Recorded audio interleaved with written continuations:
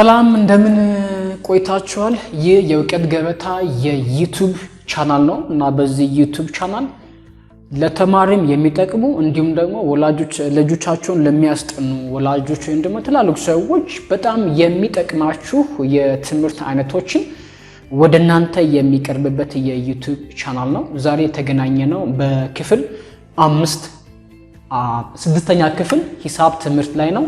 ምዕራፍ 2 ነው። እሺ ምዕራፍ 1 ኦሬዲ ቪዲዮ ሰርተን ስለለቀቅን እዚህ ላይ ማግኘት ትችላላችሁ። 5ኛ ክፍልም አለ፣ 7ኛ ክፍልም አለ፣ 8ኛ ክፍልም አለላችሁ። ስለዚህ ገብታችሁ ብዙ ማየት ትችላላችሁ። ዛሬ ግን የተገናኘንበት ዋናውና ትልቁ ዓላማ ምንድነው? እንዴት አድርገን አስርዮሻዊ ቁጥሮችን እናወዳድራቸዋለን። ያ ከጀርባዬ እንደምትመለከቱት አስርዮሻዊ ቁጥሮች ናቸው። እነዚህ አስርዮሻዊ ቁጥሮች እንዴት አድርገን ነው የምናወዳድረው የሚል ጥያቄ ስላለኝ ወይም ጥያቄ ስላለ እሱ ነው። ስሜ መምህር መለስ አሰፋ ይባላል። ለዚህኛው ማሳያችሁ ዛሬ እንደነገርኳችሁ እዚህ ጋር የምትመለከቷቸው አስርዮሻዊ ቁጥሮች ናቸው። እዚህ ጋር ያሉት የኛው አስርዮሻዊ ቁጥር ነው፣ የኛው አስርዮሻዊ ቁጥሮች ናቸውና ከዚህ በፊት የሰራነው ቪዲዮ ለማስታወስ ያህል ክፍልፋይ ቁጥሮች እንዴት አድርገን ነበር የምናወዳድረው፣ ተመሳሳይ ታህት ያላቸውና ተመሳሳይ ታህት የሌላቸው ክፍልፋዮችን እንዴት ነው የምናወዳድረው የሚል ጥያቄ ተነስቶ ነበር። ያን ጥያቄ መለስኩ ይመስለኛል። ቪዲዮ ተሰርቶበት ተቀምጦላችኋል። ገብታችሁ በደንብ ማየት ትችላላችሁ። ብዙ ቪዲዮዎች አሉ። እሺ ወደዛኛው ዛሬ ርዕሳችን ስንወስዳችሁ ይሄኛው ቪዲዮ የምትመለከቱ ሰዎች አደራ ሁልጊዜ እኛ የምንነጋቸው ነገር ሲሰሩ ወረቀት እስኪቱ አይለያችሁ ቪዲዮን ስትመለከቱ ማለት ነው። በመጀመሪያ እዚህ ጋር እንደምትመለከቷቸው የቁጥር ቤት ዋጋ አላቸው። እነዚህ የቁጥር ቤት ዋጋቸውን እነግራችኋለሁ። ርዕሳችን ባይሆንም ግን እነዚህ ነገሮች እንጠቀማለን። አስርዮሻዊ ቁጥሮችን ስናወዳድር እነዚህን የኦፕሬሽን ወይም ደግሞ የማወዳደሪያ ምልክቶችን ነው የምንጠቀማቸው።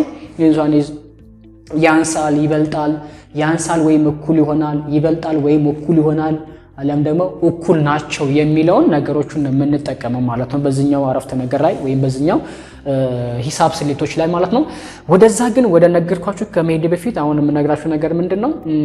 የቁጥር ቤት ዋጋ the placing on the number የቁጥሮች የቁጥር ቤት ዋጋ አላቸው። ለምሳሌ ይሄኛው ቁጥር የአንድ ቤት ነው። ይሄኛው አንድ ቤት ይሄኛውን ቁጥር ስትመለከቱት ይሄኛው አንድ ቤት፣ ይሄኛውን ደግሞ የ10 ቤት ነው የሚባለው። ከነጥቡ በስተግራና ከነጥቡ በስተቀኝ ነው። እኔን እነዚህን እሰራለሁ፣ እናንተ ደግሞ በደብተራችሁ ወይም በወረቀት ላይ ሞክሩት፣ ወይም ደግሞ ወላጆች ለልጆቻችሁን እርዷቸው፣ አግዟቸው።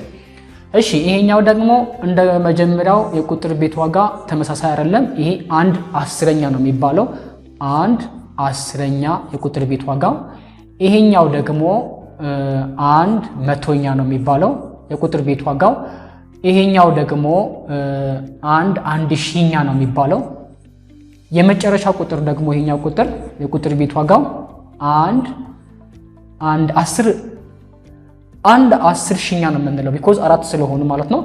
1/10ኛ ነው የሚባለው። ስለዚህ እቺኛ የምትለው ቀኝ ትገባለች ፊደል ነች የቁጥር ቤት ዋጋው። ስለዚህ የአንድ ቤት የመቶ ቤት ምናምን እንደሚባለው ሁሉ ከቁጥር ከነጥብ በኋላ በስተቀኝ ያሉ ቁጥሮች ደግሞ የቁጥር ቤት ዋጋ አላቸው። ስለዚህ በቁጥር ቤት ዋጋቸው ነው የምናወዳድራቸው። አሁን የቁጥር ቤት ዋጋቸውን እያያችሁ ነው የምታወዳድሩት እነዚህ ክፍልፋዮች ማለት ነው። ለምሳሌ እዚህ ጋር እንደምትመለከቱት ይሄንን ክፍልፋይ ይሄንን አስርዮሻዊ ቁጥር ይቅርታ የአንድ 10ኛ ቤቱ 1/10ኛ ቤቱ 4 ነው። የዚህኛው ደግሞ 1/10ኛ ቤቱ 0 ነው።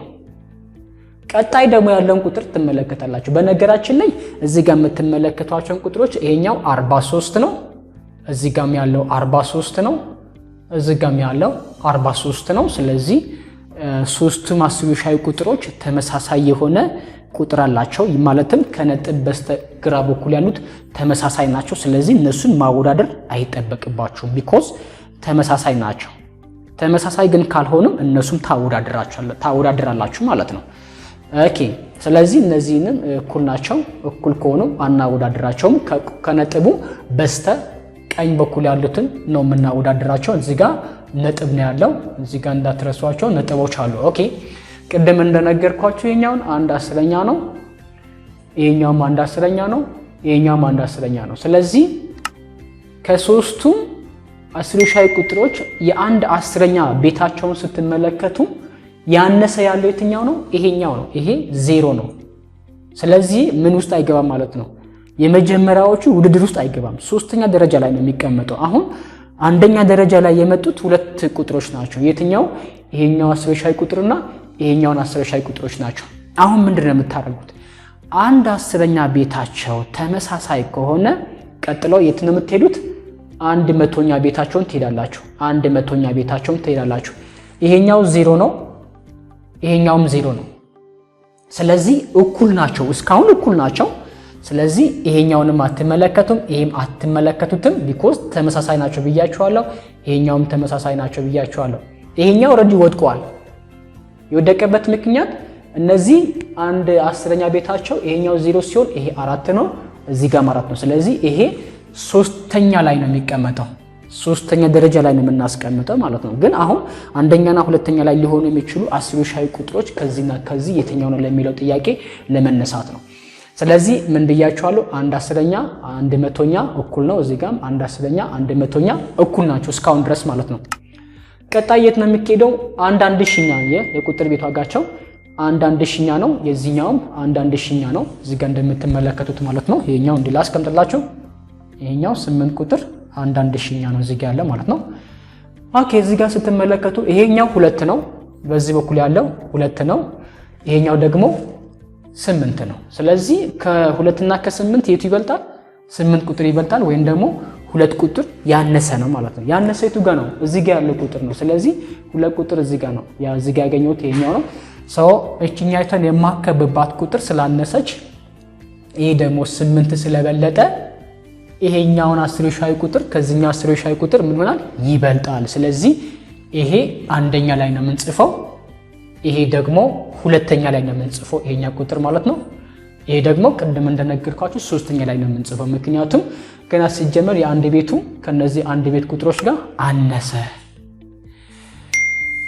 አሁን ያስረዳሁት ነገር ምናልባት ካልገባችሁ ቪዲዮን ደጋግማችሁ እዩት፣ ካልገባችሁ ሌላ ደግሞ እንድሰራላችሁ ኮሜንት ላይ አስቀምጡልኝ። ይሄ ቪዲዮ የምትመለከቱ ወላጆች ልጆቻችሁን በሚገባ አስረዷቸው። በትምህርት ብቻም ሳይሆን በስነ ምግባርም እንድታነጹ እርዷቸው። ይሄ ነው የሚመስለው የዛሬ ርዕሳችን። ስለዚህ አሁን በቅደም ተከተል አስቀምጥላችሁ ማለት ነው። ኦኬ የትኛው ነው የሚቀድመው ብያችኋለሁ? አንደኛው ይሄኛው ነው። ስለዚህ ስትጽፉ ሁልጊዜ ሲነበብ 43 ነጥብ ከነጥብ በኋላ ያሉ ቁጥሮች በስማቸው ነው የሚጠሩት። 4 0 8 3 4 ከማን ይበልጣል? ከዚህኛው ይበልጣል። ይበልጣል ከማን? ከ43 ነጥብ 4021 ይሄ ደግሞ ከማን ይበልጣል ማለት ነው? ከ43 ነጥብ 0834 ነው የምንመለከተው ማለት ነው። እዚህ ጋር እንደምትመለከቱት የአንድ ሺህ ቤቱ ይሄ አንድ ሺኛ ቤቱ ስንመለከተው እዚህ ጋር 3 ነው፣ እዚህ ጋርም 3 ነው። ግን ገና ከመጀመሪያው እዚህ ጋር ስለወደቀ ይሄኛው ሶስተኛ ደረጃ ላይ የሚቀመጠው። ስለዚህ እንደዚህ አድርገን አስርዮሻዊ ቁጥሮችን በቅደም ተከተል ማስቀመጥ ትችላላችሁ። መልካም ነገር እንደሆነ ተስፋ አደርጋለሁ። በቀጣይ ቪዲዮ እንገናኛለን። ያልገባችሁ ነገር ካለ ኮሜንት ላይ አስቀምጡልኝ። እንዲሁም ደግሞ ከስር በምትመለከቱት ስልክ ቁጥር ላይ ደውላችሁ መጠየቅ መርዳት ትችላላችሁ፣ ተጨማሪ መረጃ ከፈለጋችሁ ማለት ነው። ለዛሬ የነበረ ቆይታ ይሄን ይመስላል። እኔ መምህር መለሰ ከአዲስ አበባ። በቀጣይ ቪዲዮ እንገናኝ።